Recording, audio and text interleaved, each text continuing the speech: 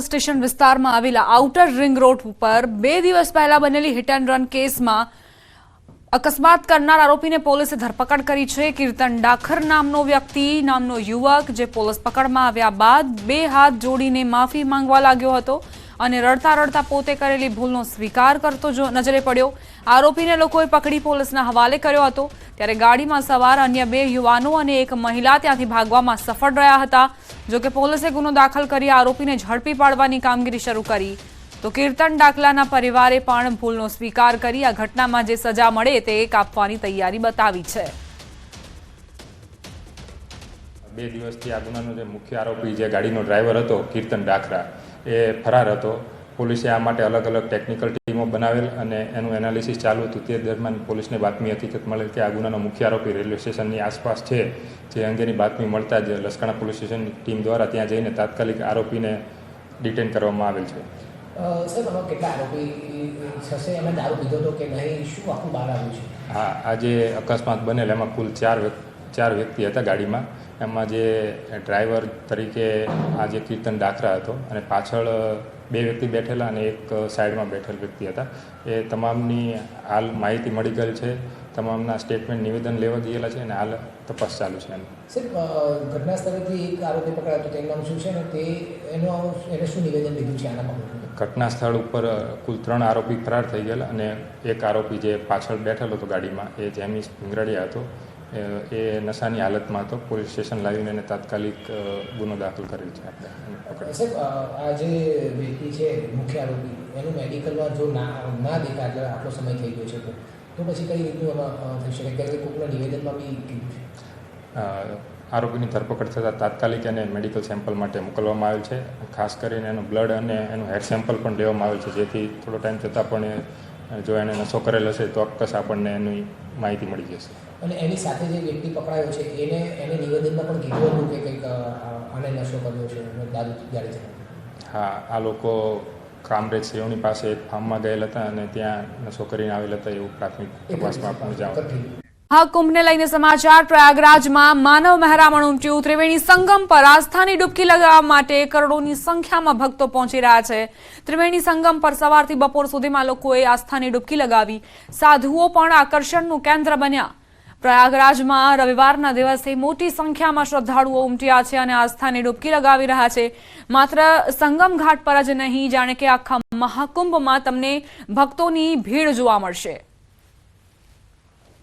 સનાતન સંસ્કૃતિમાં મહાપર્વ એટલે કે કુંભનું મહત્વ છે તે ખૂબ જ છે। ત્યારે પ્રયાગરાજ ખાતે હાલ મહાકુંભ ચાલી રહ્યો છે। 144 વર્ષ બાદ આ કુંભમાં ડૂબકી લગાવવા માટે કરોડોની સંખ્યામાં દેશ અને વિદેશમાંથી લોકો અહીં પહોંચી રહ્યા છે। જે પ્રકારના દ્રશ્ય આપ જોઈ રહ્યા છો, હાલ ત્રિવેણી સંગમ ઘાટ પર મોટી સંખ્યામાં લોકો છે તે આવી રહ્યા છે। ચો તરફથી અહીં સંગમ સ્થાન પર હાલ માણસો છે તે આસ્થાની ડૂબકી લગાવવા અહીં પહોંચ્યા છે। ત્યારે તેમની સુરક્ષા વ્યવસ્થાની પણ ખાસ તકેદારી રાખવામાં આવી રહી છે। વાત કરવામાં આવે ઉત્તર પ્રદેશના મુખ્યમંત્રી યોગી આદિત્યનાથની રાહબરી હેઠળ કેન્દ્ર સરકાર અને રાજ્ય સરકારની તમામ સુરક્ષા એજન્સીઓ છે તે પણ અહીં સજ્જ છે। જે પ્રકારે અહીં લોકો આવી રહ્યા છે તે લોકોને કોઈ અગવડ ન પડે તે માટે ખાસ ચુસ્ત પોલીસ બંદોબસ્ત પણ ગોઠવી દેવામાં આવ્યો છે। CISF અને અન્ય જે સુરક્ષા એજન્સીઓ છે તે પણ તૈનાત છે।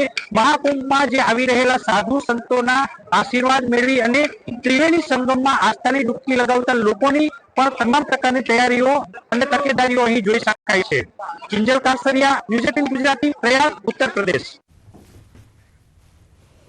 તો પ્રયાગરાજમાં કઈ રીતે સાધુઓ આકર્ષણનું કેન્દ્ર બન્યા છે તે પણ જુઓ અને સાથે સાથે લાખોની સંખ્યામાં, કરોડોની સંખ્યામાં જે શ્રદ્ધાળુઓ પહોંચ્યા છે તે પણ અલગ જ પ્રકારની ભક્તિની લાગણીઓ વ્યક્ત કરતા જોવા મળ્યા। મુખ્યમંત્રી ભૂપેન્દ્ર પટેલના હસ્તે યાત્રાધામ અંબાજીમાં વિવિધ વિકાસ કાર્યોનું લોકાર્પણ કરાયું। મુખ્યમંત્રીના હસ્તે 13 કરોડના ખર્ચે સંસ્કૃત મહાવિદ્યાલયનું લોકાર્પણ કરાયું। મા દેવસ્થાન ટ્રસ્ટના સ્વભંડોળમાંથી અદ્યતન સુવિધા સજ્જ વિદ્યાલય સાથે છાત્રાલય પણ બનાવવામાં આવ્યું છે।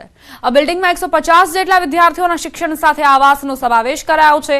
આ નવીન મહાવિદ્યાલયમાં મલ્ટીપર્પઝ હોલ, 10 વર્ગખંડો, છાત્રાલય માટે 49 જેટલી રૂમ અને લાઇબ્રેરી, પ્રાર્થના હોલ, ભોજન કક્ષ, કમ્પ્યુટર લેબ સહિતની સુવિધાઓ ઊભી કરાઈ છે। જો કે આ સંસ્કૃત મહાવિદ્યાલય 1962 થી અંબાજી મંદિર દેવસ્થાન ટ્રસ્ટ સંચાલિત છે। મુખ્યમંત્રી ભૂપેન્દ્ર પટેલે જગતજનની મા અંબાના દર્શન કર્યા હતા. મોરબીના માળિયા મિયાણાના આચચ વદરડા ગામે સરકારી અનાજની ચોરી કરતા 2 શખ્સ ઝડપાયા. આરોપી શિવરાજસિંહ અને રાહુલ પાસેથી 550 કિલો ચોખા, 200 કિલો ઘઉં અને કાર સહિતનો 4.42 લાખનો મુદ્દામાલ ઝડપાયો. બંને આરોપીને પોલીસે ધરપકડ કરી. આરોપીઓની પ્રાથમિક પૂછપરછમાં મોરબીના શનાળા ગામના રમેશભાઈનું નામ ખુલતા તેમની શોધખોળ પોલીસે હાથ ધરી. ડિંડોલીમાં કુખ્યાત આરોપીની હત્યાનો મામલો. ગણેશ વાઘની નિર્મમ હત્યા કરવામાં આવી હતી.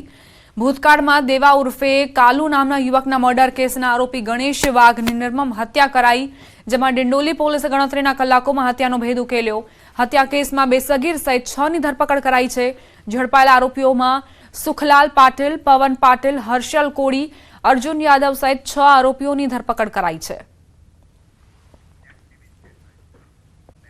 સુરતના પાંડેસરામાં હોટેલ માલિક પર જીવલેણ હુમલાની ઘટનામાં ફરાર આરોપીની ધરપકડ કરાઈ.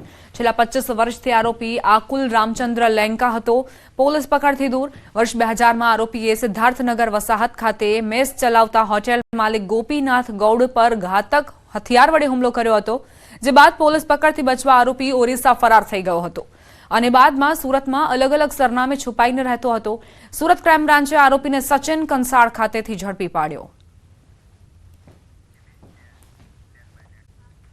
રાજકોટના હીરાસર એરપોર્ટના ઇન્ટરનેશનલ કક્ષાના નવા ટર્મિનલના ઉદ્ઘાટન બાદ સાંસદ પરસોત્તમ રૂપાલાએ કહ્યું કે રાજકોટ ઇન્ટરનેશનલ એરપોર્ટને સૈદ્ધાંતિક રીતે કસ્ટમ ક્લિયરન્સ મળ્યું છે.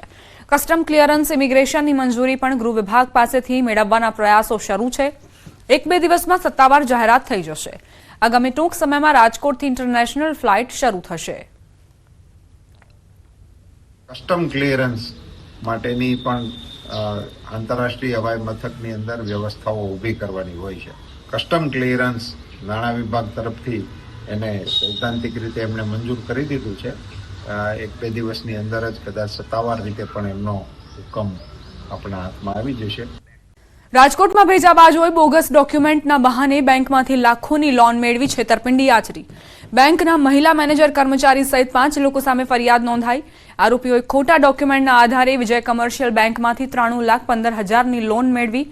10 જેટલા વાહનના ડોક્યુમેન્ટ ખોટા હોવા છતાં લોન આપવામાં આવી હતી. લોનના હપ્તા બેંકમાં જમા નહીં થતા બેંકના અધિકારીઓ દ્વારા સમગ્ર મામલે તપાસ કરાઈ, જેમાં કૌભાંડ થયું હોવાનું સામે આવ્યું. શ્રુજય વોરા, લક્ષ્યાંક વિઠલાણી સહિત 5 આરોપી સામે ફરિયાદ નોંધાઈ છે. આ કામના આરોપી છે સુજય અને લક્ષાંક, એને જૈન સાયન્ટિફિક ભાગીદારી પેઢી અને મહાકાલ એન્ટરપ્રાઇઝ પ્રોપ્રાઇટર એ બંને પેઢીમાં પૈસા જમા કરાવ્યા અને એ રીતે ગાડીના લોન લેવાના બહાને બીજાના એકાઉન્ટમાં પૈસા ટ્રાન્સફર કરાવી અને પોતાના અંગત ઉપયોગ માટે વાપરી નાખેલ છે અને આ બાબતે ગુનો દાખલ કરવામાં આવ્યો છે અને આગળની તપાસ પીઆઈ કરી રહ્યા છે. સમાચાર દહીવડામાં નીકળતી જીવાત. જગદીશ ફરસાણમાં ગ્રાહકને કડવો અનુભવ થયો. પાદરા વડોદરા રોડ પર આવેલી દુકાનમાં લાપરવાહી સામે આવી. વડોદરામાં અવારનવાર ફૂડમાંથી જીવાત નીકળવાની ઘટનાઓ બની રહી છે. તેમ છતાં પણ જે આરોગ્ય વિભાગની કાર્યવાહી છે તે ક્યાંક અપૂરતી સાબિત થઈ રહી છે. જે ફૂડના આઉટલેટ્સ છે તેઓ પણ સુધરવાનું નામ નથી લઈ રહ્યા. વારંવાર અયોગ્ય ભોજન પીરસવામાં આવી રહ્યું છે ગ્રાહકોને, અને ગ્રાહકો વિડીયો બનાવીને વાયરલ કરે ત્યારબાદ આરોગ્ય વિભાગ જાગે છે.